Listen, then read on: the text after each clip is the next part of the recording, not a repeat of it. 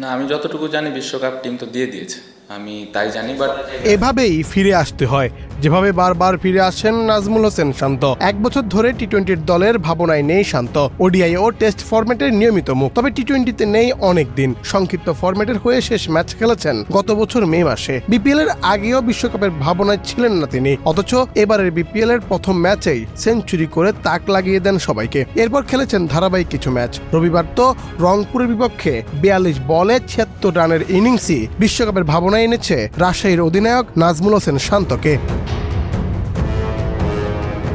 টি-20তে নিজের সেরা খেলাটা খেলতে পারছিলেন না শান্ত, অথচ এক সময় মারকুটে ব্যাটিং করতেন এই ব্যাটার। সর্বশেষ টি-20 ম্যাচ খেলেছেন গত বছরের মে মাসে, এরপর আর তাকে দেখা যায়নি এই ফরম্যাটে। বিপিএল শুরুর আগে কেউ আজ করতে পারেনি শেষ পর্যন্ত শান্ত নির্বাচকদের ভাবাবে। প্রথম ম্যাচে সেঞ্চুরি করেই ফেরার বার্তা দেন শান্ত। এবারের বিপিএল এখন পর্যন্ত 7 ম্যাচ খেলে 148.70 স্ট্রাইক রেটে 287 রান করে টুর্নামেন্টের সর্বোচ্চ রান সংগ্রাহক বাংলাদেশ দলের টেস্ট অধিনায়ক নাজমুল হোসেন শান্ত।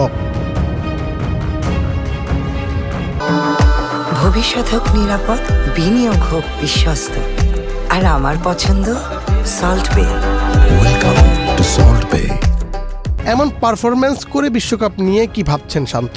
অবাক করা বিষয়, শান্ত জানতেন না জানুয়ারির 31 তারিখ পর্যন্ত বিশ্বকাপ দলে পরিবর্তন আনা যাবে।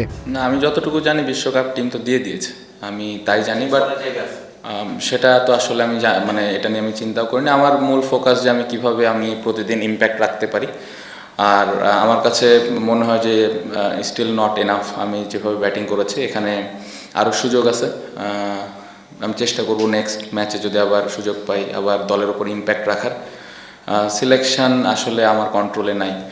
এখানে কোচ, ক্যাপ্টেন, সিলেক্টররা যেটা টিমের জন্য ভালো মনে করেছেন সেটাই আসলে করেছেন। বাট আমার কাছে রেগুলার পারফর্ম করা, যেটা আমি করার চেষ্টা করছি। টি-20 বিশ্বকাপের জন্য ঘোষিত দলের অনেকে এবারে বিপিএলে সেভাবে ধারাবাহিক পারফরমেন্স করতে পারছে না। সেরা 10 রান সংগ্রাহকের তালিকায় আছেন একমাত্র পারভেজ হোসেন ইমন। তবে শান্ত বলেন, এখনো অনেক ম্যাচ আছে যেখানে রানে ফিরবে বিশ্বকাপের দলে থাকা ক্রিকেটাররা। প্রথমত আমি তো ক্যাপ্টেন না, এটা চিন্তা করার কোনো ওয়ে নাই। আমার কাছে মনে হয় যে শুধুমাত্র এই যে 8টা-10টা ইনিংস হবে, হয়তো আমি যদি ওভাবে ধরি যারা রান করছেন না, এটা হতে পারে। টি-20তে আসলে ফেলিয়ার নিয়ে খুব বেশি চিন্তা করাটা আমার কাছে মনে হয় না যৌক্তিক।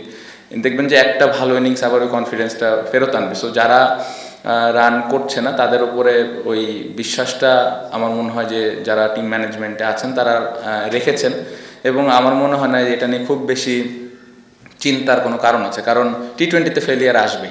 সো বিশ্বকাপের আগে রান করছে না, কেন করছে না, এত বেশি আসলে চিন্তা করার থেকে আমার মনে হয় পজিটিভ চিন্তা করা ভালো। এবং আপনি যদি আগের সিরিজগুলো, ইন্টারন্যাশনাল বায়োল্যাটারাল সিরিজ যারা ওনারা খেলেছেন তারা কিন্তু খুব ভালো অবস্থানে আছেন এবং বেশ কয়েকটা সিরিজও জিতেছেন। সো ওই কনফিডেন্সটা কিন্তু থেকেই যাবে। সো এটা নিয়ে খুব বেশি আমার মনে হয় না চিন্তার কোনো কারণ আছে। দর্শক, শেষ পর্যন্ত কি শান্ত দারুণ এক বিপিএল কাটিয়ে বিশ্বকাপ দলে ফিরবে, নাকি শান্তকে ছাড়াই বিশ্বকাপ খেলবে লিটনের দল? জানিয়ে দিন কমেন্ট বক্সে। মুন্না চন্দ্র দাস, বাংলাদেশ প্রতিদিন।